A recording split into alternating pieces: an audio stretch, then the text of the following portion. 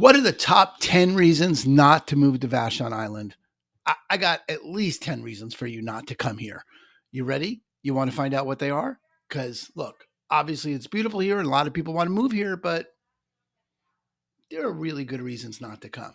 You interested? Let's check it out.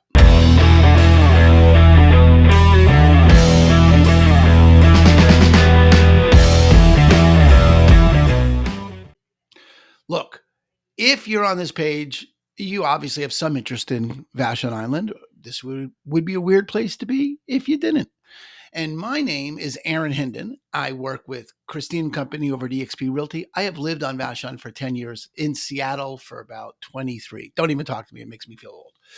But I've lived both in Seattle. I'm from New York. I've lived in Albuquerque. I lived a lot of places, and I love it here. But not everybody does, and this is not for everybody. So if you're considering making Vashon your home, or you're looking at the possibility of moving here, you need to go a little bit beyond just the great scenery and the small town charm and the little close knit community we have here. You got to look at the full picture before making a move because, what do we say about real estate? The three most important things are location, location, location.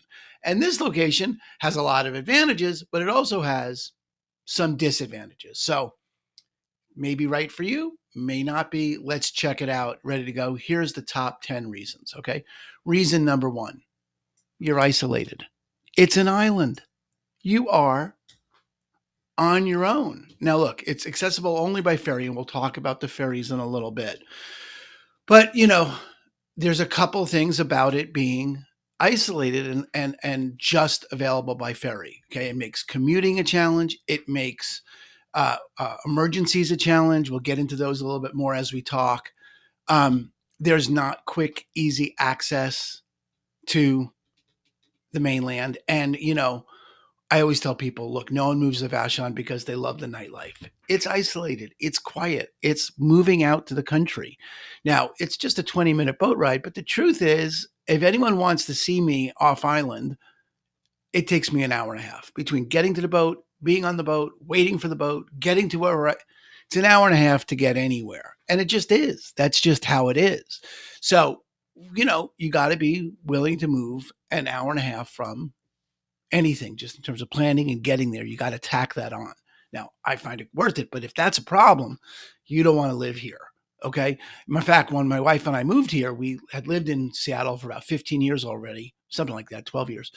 And, we were worried our friends wouldn't want to visit us, or people wouldn't see us anymore because we lived on Vashon. And the truth is, we don't see people any less. We just have to make plans a little further out, and they need to make plans a little further out. But you are isolated, and it is very quiet here. There's restaurants and there's some things to do, but there's one movie theater. You're on your own. Okay. Let's just talk about that. Reason number two, the amenities, the limited amenities. Okay. Island life is, you don't have the conveniences you have on the mainland, right? There's two grocery stores. There's a couple of, boutique clothing shops. There's no big box stores. There's no nightclubs. There's a couple of bars that are open, a couple places to go, but that's it. You do not have the wide range of places to go visit like you do in Seattle or any big city. So, like I said, no one moves here for the nightlife. No one moves here because they want that hustle and the bustle. I prefer not being near a big box store. There's one fast food place and it's a Subway, and that's it. Okay. So it is, you really do have to get that there's very few amenities. We plan our Costco runs when I work mostly off island, frankly, and I'm off island showing houses or selling houses a couple of days a week. But when I go, I plan Trader Joe's, I plan Whole Foods, I plan Costco, because I don't get the variety of stuff that I could get in the city here. So where it's not terribly far away, but you don't have any of that stuff at your beck and call. If you run out of something, Amazon becomes your best friend. Okay. Which brings us to number three, which is the cost of living. The island is not cheap. Okay. We figure my wife and I spend somewhere between $500 and $600 a month just on the ferry.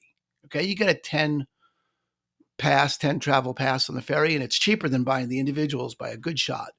But it's, for the amount we travel off island, it's between $500 and $600. We never fill up the car with gas on the island. Gas on the island is about a buck and a half more on the island than it is off island. One of my dreams, fantasies, is that I make enough money to be able to fill the car up on island without worrying about it, but not there yet.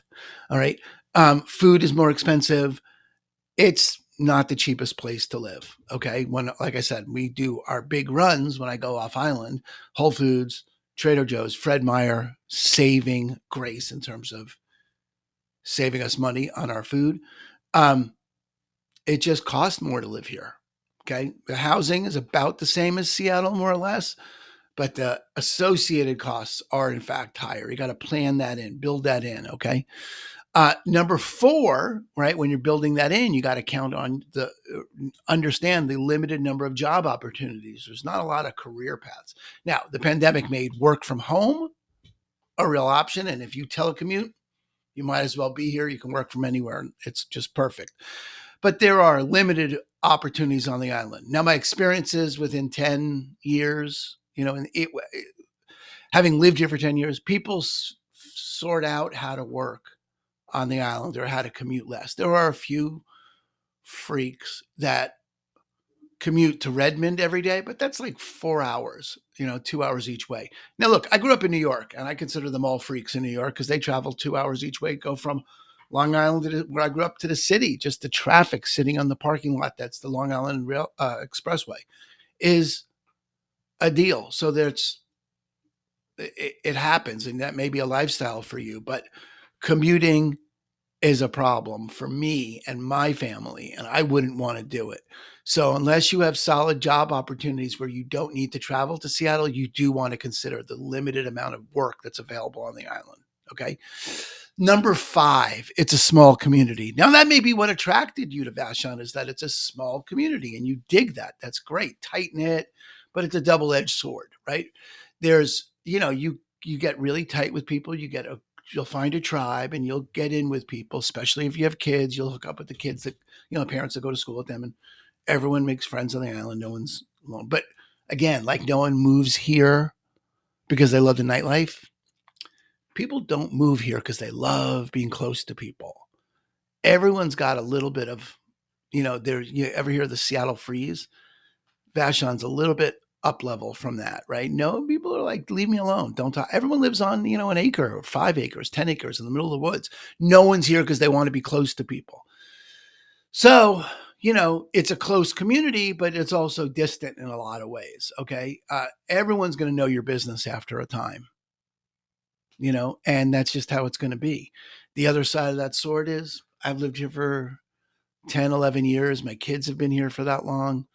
None of us can say we're from Vashon. There's a little bit of a edge to the natives, the people that were born and raised here. There's sometimes a little bit of uppiness, and there's a little bit of heavy duty nattering on the Facebook groups between people. So, it's a small community. Everyone's going to be up in your business one way or the other. Now, it may not be the closest community, but you got to take that in. Small communities come with that stuff. Number 6 is the ferries and the ferry delays. And I've done a whole separate video about the ferries because, my God, it is the least reliable, most frustrating travel experience in the world. It's third world, especially since the pandemic and we're down to 2 boats. It is not uncommon for ferries to be canceled in the middle of the day. It's not uncommon to hear about someone who got stuck off island. I don't travel to the air. If I have to go travel by airplane, I don't make plans. Well, we're just 20 minutes from the airport. Once you get to the other side, you can't make a 6 a.m. flight. We have to book a hotel room to make a 6 a.m. flight. Because you just can't count on the ferries running in the morning. You just can't count on it. So it doesn't happen. It's not every day, but it's not surprising to have there be an interruption once a week. So, it's not just the weather, it's not just maintenance, it's the crews, and there's no future in which the ferries get better. There's just not. So if you have a situation where you would need to absolutely be certain about a reliable form of transportation to get somewhere, Vashon is not for you because the ferries are just not going to provide that. You need to have if I show a house, I have to have a extra large cushion to make sure that I get there. Because it's just not uncommon, right? Flexibility, meaning your schedule is flexible, within a couple hours, that kind of flexibility. Patience. If you miss a boat, you just get to sit and meditate and breathe while you wait for the next one. It's a requirement that you have. It's not just a good idea. You really do need patience and flexibility. And you cannot be here because if you need a reliable form of transportation. It's just not. I don't know what to say about it. It's just not reliable. It's consistent with its unreliability. All right, reason number 7. Seasonal tourism. This is sort of a minor annoyance for people, but people get about it because the population goes up by about 10,000 people over the summer. It's gorgeous here in the summer. It's lovely, and everyone come from Seattle comes out in the weekends. Now, it does look. There's no traffic, and there's no traffic in the summer, and I can't even get my back arched about it. If there's 6 cars in front of me, the stop sign, it's like, oh my gosh, look at the traffic. It's incredible. Okay, so it never gets terrible like that. It just doesn't. But, you know, the stores get more crowded, the restaurants get more crowded. It's definitely busier in the summer. And if the thought of, you know, uh, uh, tourists, if you're going to start to relate to yourself as a local and tourists annoy you, you'll be annoyed. Okay, not a big deal, but it's something, right? Number 8 is a big deal for people, and this is a deal killer. I've had multiple people not move to the island because of this, because of the limited healthcare options. Okay, there is senior living on the island, and there's a clinic on the island, but there's no emergency facilities on the island. If you need an emergency facility, you're going to need to get off island to one of the hospitals.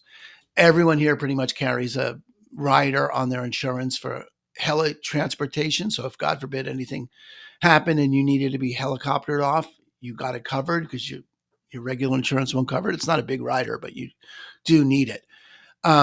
My son had a concussion in soccer once, and the ambulance, the EMTs came and they got the first on the boat and they took everyone's fine. But there's like that. But if you're in a condition where you need reliable emergency services, this is not going to be it.